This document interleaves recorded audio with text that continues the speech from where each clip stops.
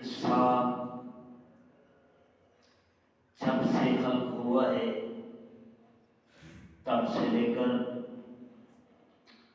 اپنی گزاری ہوئی زندگی کو باغور دیکھے تو انسان اس بات کو بہت ہی آسان اور قریب ترین قرینے سے سمجھ سکتا ہے کہ وہ مالک حضرت انسان کے لیے کتنا مہربان اور کریم ہے۔ یہ انسان کہ جو حیثیت نہ رکھتا تھا، اللہ نے اسے زمانے میں عزت دار بنا کے، یہ اللہ کی مہربانی ہے۔ یہ انسان وہ ہے کہ جو چلنے کے قابل نہ تھا، اللہ نے چلنے کے لیے اسے طاقت عطا کر دی۔ یہ انسان جو کسی بات کو سمجھنے کے لائق نہ تھا، جو اچھے اور برے میں تمیز نہیں کر سکتا تھا، اللہ نے اسے عقل سلیم جیسی نعمت دی۔ یہ انسان جو اپنے احساسات کو کسی تک پہنچا نہیں سکتا تھا، اللہ نے اسے زبان عطا کی۔ جو انسان یہ دنیا کی خوبصورتی کو دیکھ کے اس سے استفادہ نہیں کر سکتا تھا، اس کا احساس نہیں کر سکتا تھا، اللہ نے حضرت انسان کو آنکھیں عطا کی۔ حضرت انسان دیکھ تو صحیح کہ میں نے تجھے کیا کچھ عطا کیا ہے، اور آنے والی زندگی میں اگر ہم باغور توجہ کریں، ہمارے ساتھ کون رہنے والا ہے؟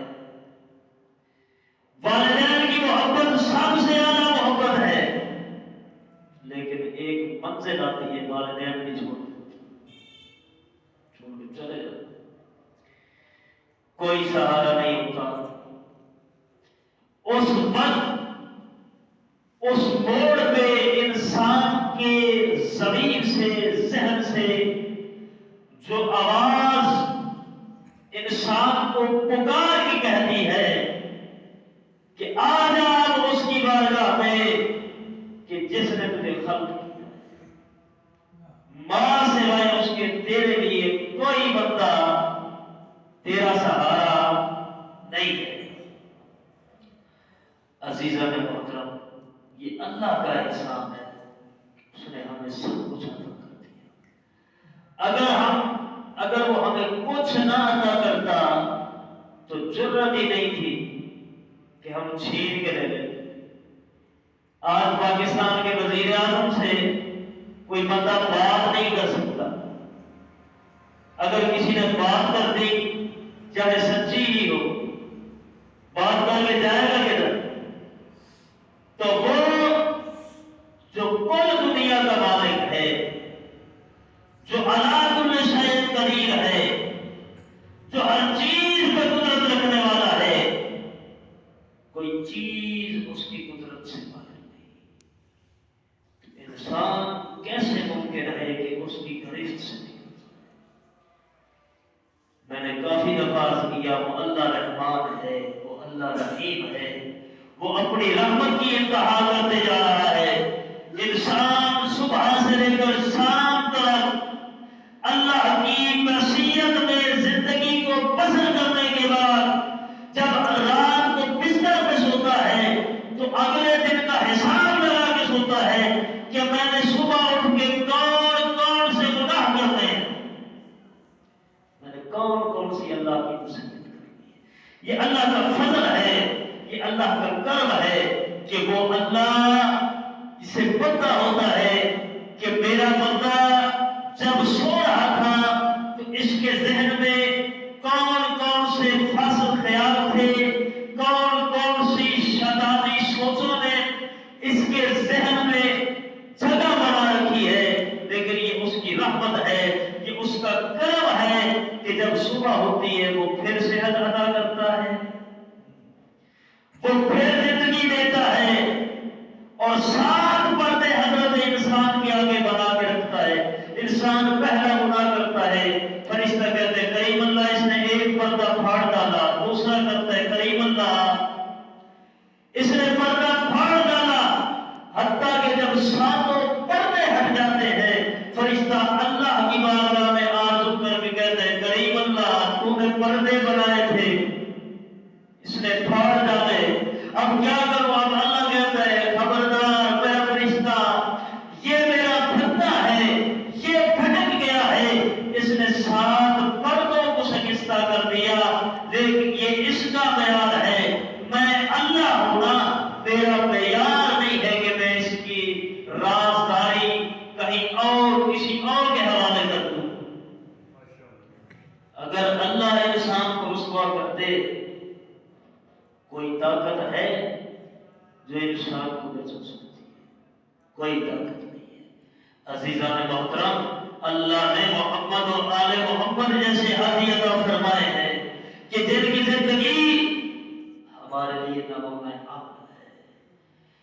اگر زندگی آل محمد کی طرز میں ہو تو پھر سلیمان بنتے ہیں، پھر ابو ذر بنتے ہیں، پھر کمر بنتے ہیں۔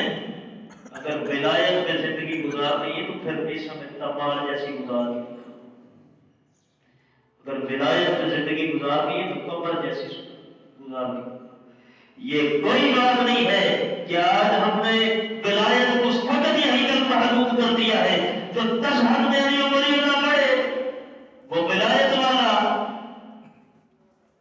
وہ پنجابی میں کہتے ہیں آدھی پاوے علی کو کوڑا ہوئے، تو سب کو بڑا سب سے بڑا ولایت والا وہ ہے۔ یہ ولایت نہیں ہے۔ ولایت علی ابن ابی طالب ایک اثر رکھتی ہے، اور جب یہ ولایت انسان پر اثر کرتی ہے تو انسان پھر انسانیت کے سانچے میں ڈھلنا شروع ہوتا ہے۔ پھر اس طرح سے انسان تراش کے انسان بنتا ہے کہ وہی انسان ابو ذر بن جاتے، وہی انسان کمر بن جاتے، وہی مختار صنفی بن جاتے۔ ولایت کو اپنانے کی ضرورت ہے، محمد والے محمد کی سیرت کو اپنانے کی ضرورت ہے۔ آخر میں آپ کو اور اپنے آپ کو تقوی الہی اختیار کرنے کی تلقین کرتا ہوں، اور خالق و مالک اللہ سے کریم اللہ ہمارے